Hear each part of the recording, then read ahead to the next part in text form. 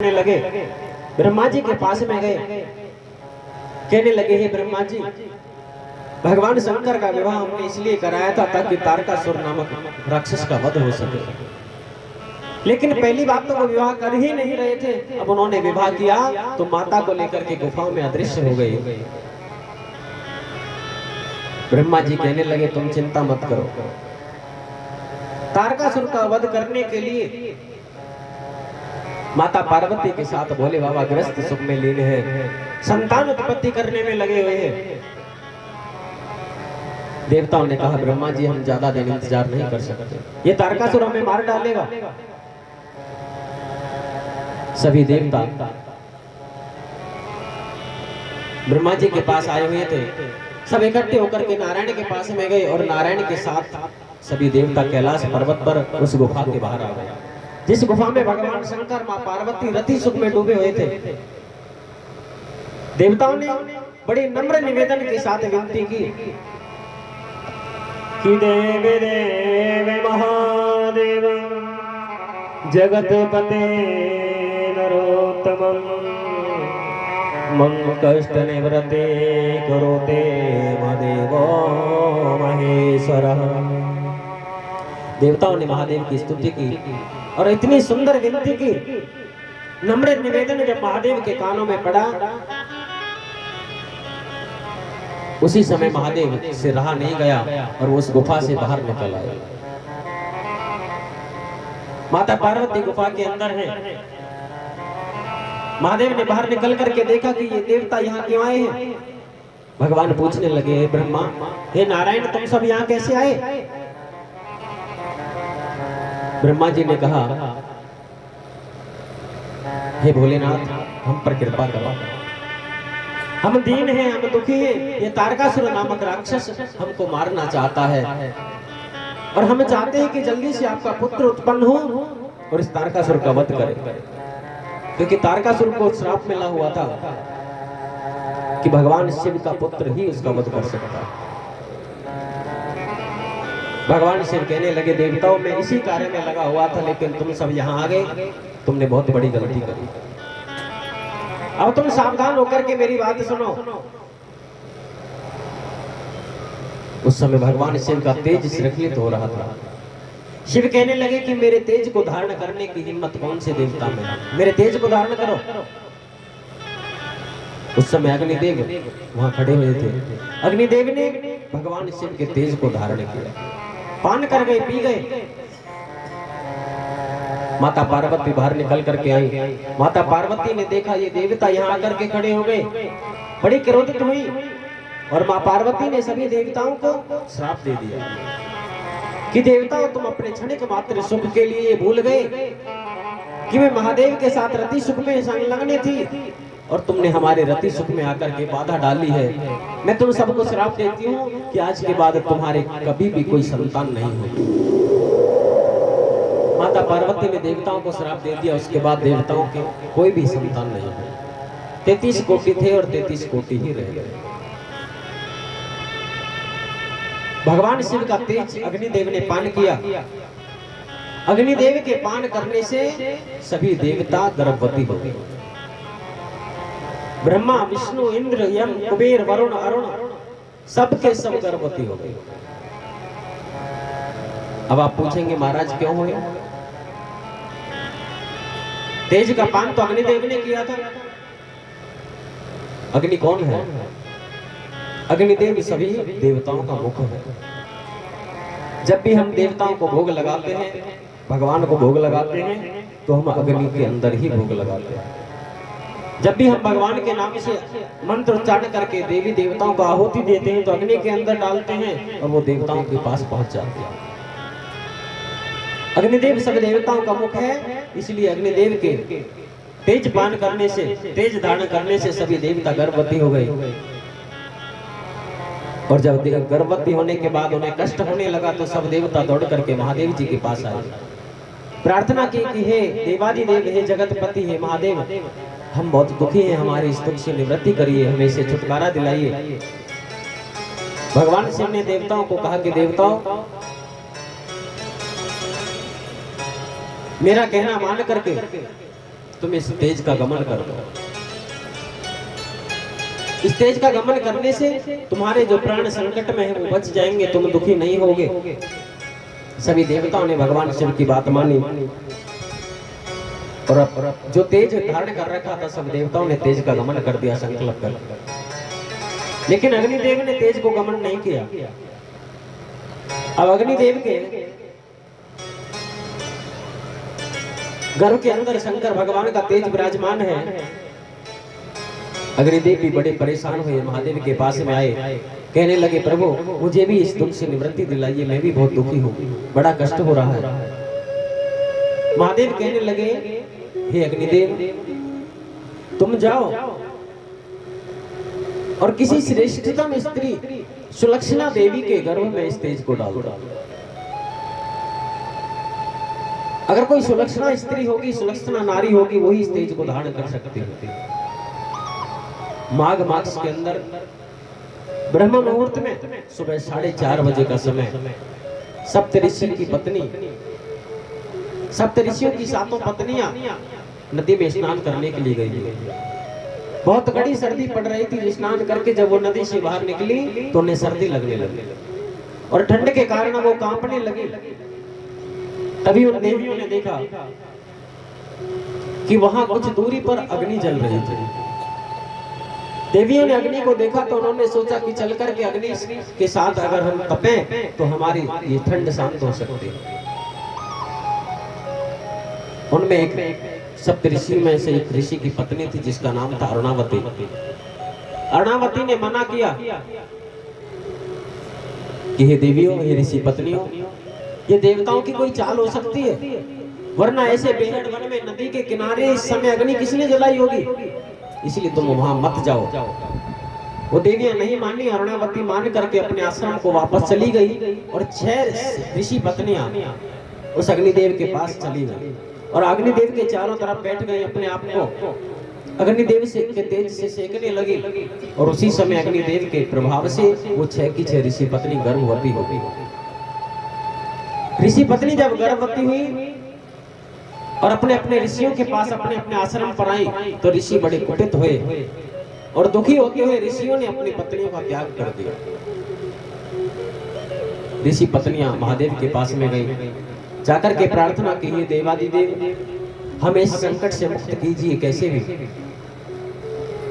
भगवान ने आदेश दिया तुम हिमालय पर्वत पर जाओ और हिमालय पे जाकर के तुम 6 की 6 इस अपने तेज को गमन कर दो, तेज को वहां छोड़ दो। ऋषि पत्नियां गई और हिमालय के ऊपर जाकर के उन्होंने शिव शंकर भगवान के उस तेज को गमन कर दिया। हिमालय से बहकर के वो तेज माँ गंगा में चला गया, लेकिन गंगा माँ भी उस तेज को धारण नहीं कर पाई। और जब तेज को अपने पास नहीं रख पाई तो गंगा माता ने अपनी लहरों के माध्यम से, अपने प्रवाह के माध्यम से उस तेज को सरकंडों के एक बहुत बड़े समूह के बीच जाकर के रख दिया। जहां से सुरसरी बह रही थी, गंगा बह रही थी, तो बीच मार्ग में एक लंबे बड़े बड़े सरकंडों का एक समूह था। सरकंडे समझते हो? कौन समझता है सरकंडे? हद है गिरी। अरे तुम फरीदाबाद में ही तो हो, अमेरिका में थोड़े बैठे हो।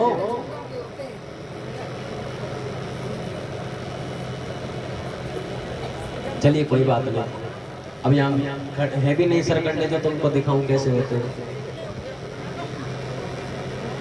पहले जमाने में छत बनाने के लिए, झोपड़ी बनाने के लिए छान बनाते थे, फूस की छान। जो फूस लगता है उनके बीच में एक डंडी होती है सरकंडे, उसको सरकंडे कहा जाता है। और आजकल हमको क्या मतलब महाराज जी, हम तो वीआईपी महल में रहते हैं। ये भी शिव की कृपा है।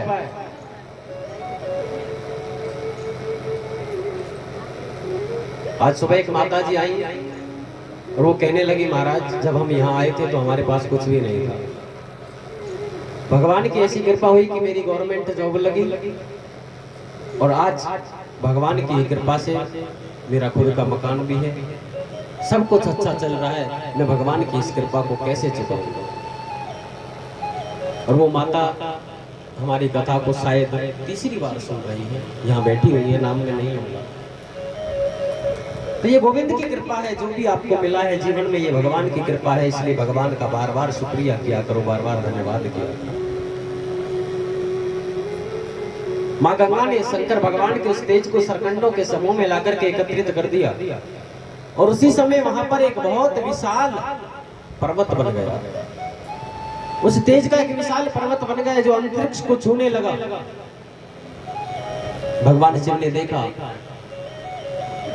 तो भगवान शिव ने वरदान दिया और भगवान शिव के वरदान स्वरूप, आशीर्वाद स्वरूप उस विशाल तेज से उत्पन्न पर्वत में से एक बहुत सुंदर पुत्र का जन्म हुआ।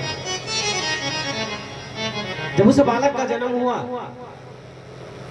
देवताओं में चर्चा फैल गई। उस बालक को देखने के लिए वो 6 की 6 ऋषि पत्नियां वहां आई और ऋषि पत्नियां सब कहने लगी, ये बालक मेरा है, ये बालक मेरा है, ये बालक मेरा है। जैसे ही उस बालक ने 6 ऋषि पत्नियों को देखा, उस बालक के 6 मुख बन गए और वही बालक कार्तिकेय भगवान हुए। बोलिए कार्तिकेय भगवान की जय। तभी से भगवान कार्तिक के 6 मुख हैं।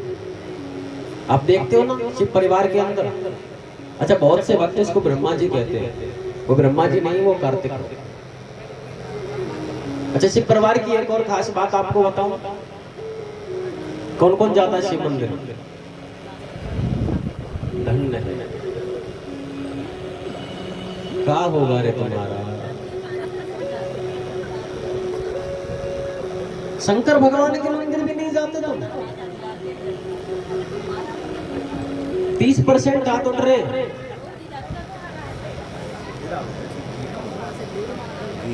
मनुष्य का जीवन तुम्हें क्यों मिला है? किस लिए मिला है मनुष्य का जीवन? सिर्फ खाने पीने के लिए, सोने के लिए मनुष्य का जीवन मिला है? बताइए। पशुओं जैसी जिंदगी है तुम्हारी। अरे खाना पीना सोना घूमना फिरना तो पशु भी जानते हैं। ये मनुष्य का देह क्यों मिला? मनुष्य का जीवन क्यों मिला?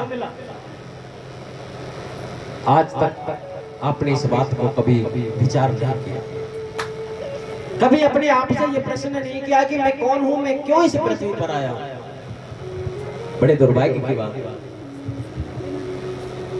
खाने को जाना, पीने को जाना, सोने को जाना, जागने को जाना, रहने को जाना, चलने को जाना, फिरने को जाना, लेकिन कभी ये नहीं जाना कि हमको अंत में जाना कहाँ है। जहां तुमको जाना है उसके बारे में जाना ही नहीं। मनुष्य का जीवन तुम्हें भगवान का भजन करने के लिए मिला। जिस प्रकार समुद्र से जल का एक बिंदु, जल का एक अंश अलग होकर के आता है और वापस उस समुद्र में मिलने की चेष्टा करता है, उसी प्रकार उस परमात्मा रूपी विशाल महासागर से तुम एक अंश अलग होकर के आए हो और तुम्हें वापस उसके पास जाना है। तुमने जीवन में किया क्या?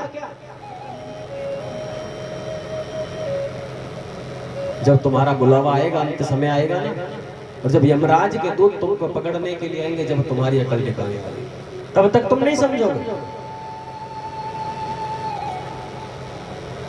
भगवान के सामने जाकर के खड़े होगे, भगवान पूछेंगे क्या किया जीवन में, तो क्या जवाब दोगे?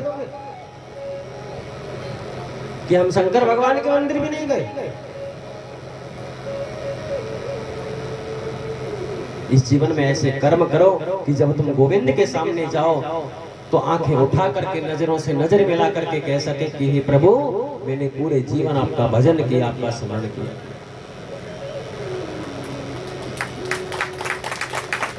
वास्तव में आप अपने दिल पर हाथ रख करके बताइए, क्या तुम परमात्मा के सामने जाने के लायक तुमने तैयारी करी है अपने जीवन में? किस किस ने तैयारी कर ली भगवान के पास जाने की? ऐसे तैयार होने में कोई फायदा नहीं है।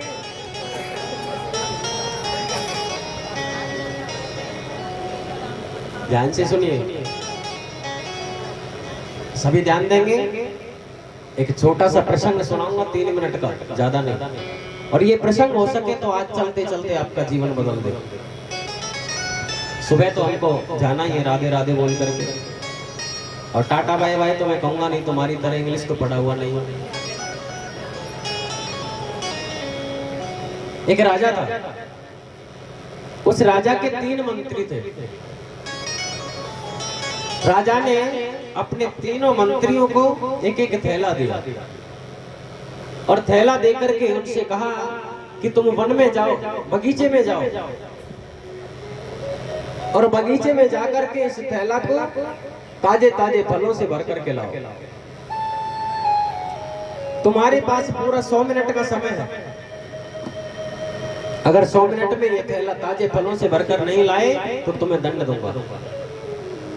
राजा के वो तीनों मंत्री चले गए और जैसे ही बगीचे में पहुंचने वाले थे तो पहले मंत्री ने देखा कि बगीचे के बाहर बगीचे का माली चारपाई डाल करके बैठा है। उसने सोचा कि 100 मिनट का समय पड़ा है, अभी तो बगीचे के मालिक के साथ कुछ पंचायत कर लूं, कुछ बातें कर लूं, बाद में फल तोड़ लूंगा। और वो गेट पर ही उस मालिक के पास बैठ गया। 2 मंत्री जो थे वो बगीचे में प्रवेश कर गए और अंदर जाकर के देखा। दूसरे मंत्री के मन में विचार आया कि ठंडी ठंडी हवा चल रही है, बड़ी